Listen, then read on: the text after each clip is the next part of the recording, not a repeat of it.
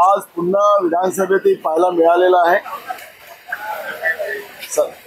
सरकार बरोबर प्रशासनालाही तो त्याच पद्धतीने प्रशासन वागते आहे। अशा परिस्थितीचे चित्र आज महाराष्ट्रामध्ये आपण पाहतोय।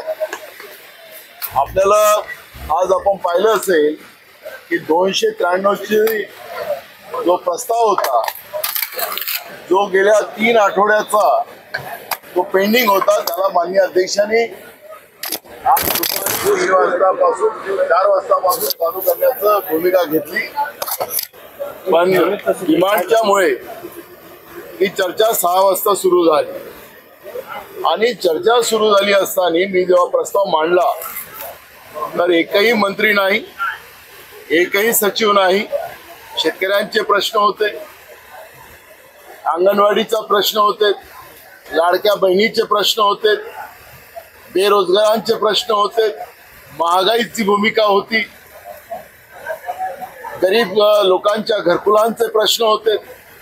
असे विविध प्रश्न त्या ठिकाणी होते। शेतकऱ्यांच्या कर्जमाफीची भूमिका होती। हा प्रस्ताव आम्ही विरोधी पक्ष म्हणून 293च्या माध्यमातून मांडला, पण तिथं कोणी नसल्यामुळे, मंत्री आणि अधिकारी नसल्यामुळे आज सभागृह अध्यक्षाला तहकूब करावं लागलं। हा एक प्रकारचा सरकारचा हा जो माज आहे हा याच्यातून स्पष्ट होते आहे। आम्हाला विधानसभेचं घेणं देणं नाही, आम्ही बाहेरच्या बाहेर कारभार करू, अशा पद्धतीने हे सरकार वागते आहे आणि त्याचा आज आपल्याला प्रत्यय या विधानसभेमध्ये आज आलेला आहे। सत्ताधारी आमदारांनी देखील या संदर्भात नाराजी व्यक्त केलेली आहे की अशा प्रकारे पोलीस मंत्री उपस्थित न राहण्यात। सत्ताधारी आमदारांमध्ये सुद्धा या सरकारचा राग आहे, तो सुद्धा आपल्याला आज पाहायला मिळालेला आहे।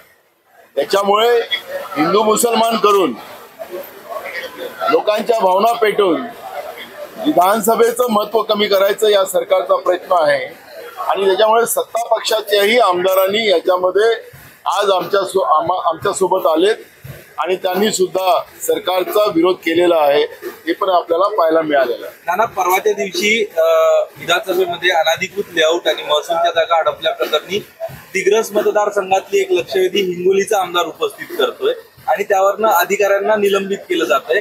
मात्र जो लेआउट धारक, जो बिल्डर आहे, ह्या बिल्डरनी इलेक्शन मध्ये काम केलं नाही म्हणून त्या ठिकाणच्या आमदारांनी लक्षवेधी लावायला लावली, अशी चर्चा आहे। बघा, मला त्या लक्षवेधीचं माहिती नसल्यामुळे मी त्याच्यावर कुठलंही या ठिकाणी उत्तर द्यायला काही बरोबर नाही।